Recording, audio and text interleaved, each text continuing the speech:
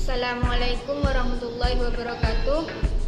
Saya Faiza Kamilia, NIM 2018 105 103 11075. Di sini saya akan mempresentasikan tentang perdagangan internasional dan pembangunan ekonomi. Pembangunan ekonomi. Yang pertama, selama lebih dari 2 dekade yang lalu, fokus perhatian ekonomi dunia ditujukan pada berbagai macam upaya guna meningkatkan pertumbuhan pendapatan nasional real.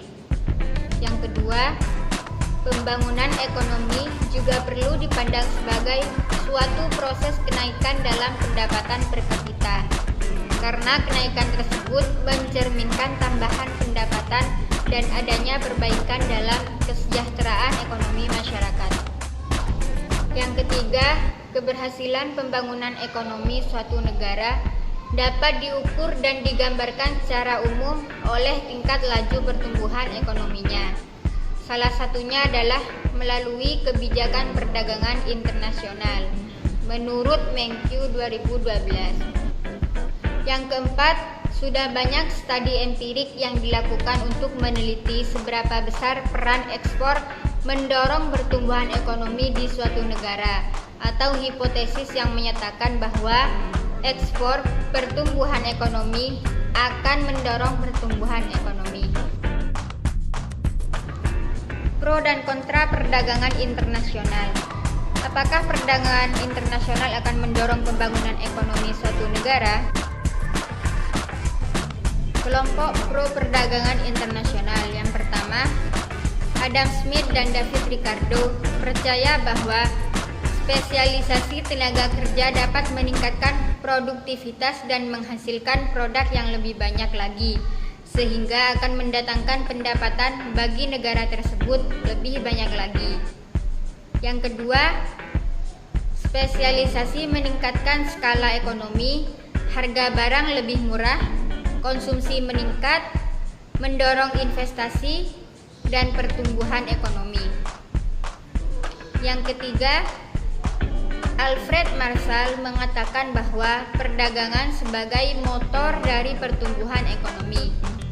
Yang keempat, suatu negara lebih baik memproduksi barang yang paling murah biaya produksinya dan memberikan kesempatan bagi negara lain memproduksi barang yang lainnya.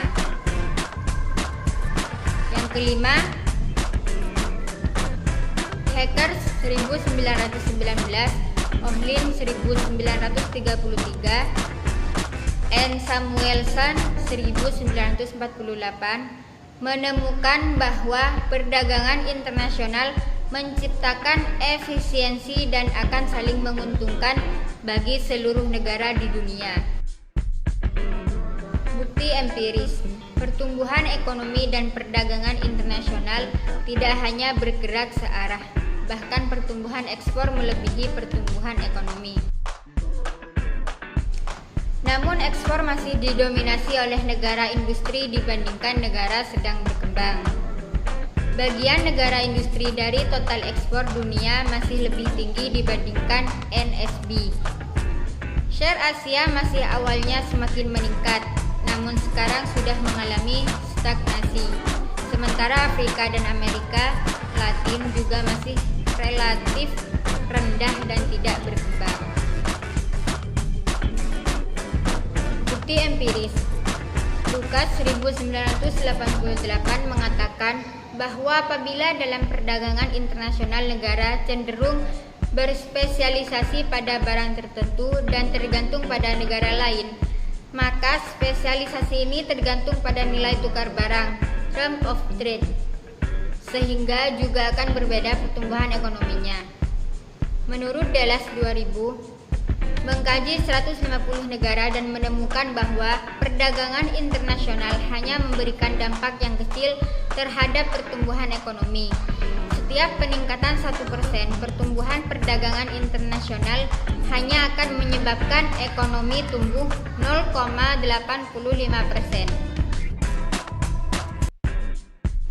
Pada grafik di atas, perdagangan internasional dan pertumbuhan ekonomi berhubungan positif, namun hubungannya lemah. Sekian presentasi dari saya, kurang lebihnya mohon maaf. Wassalamualaikum warahmatullahi wabarakatuh.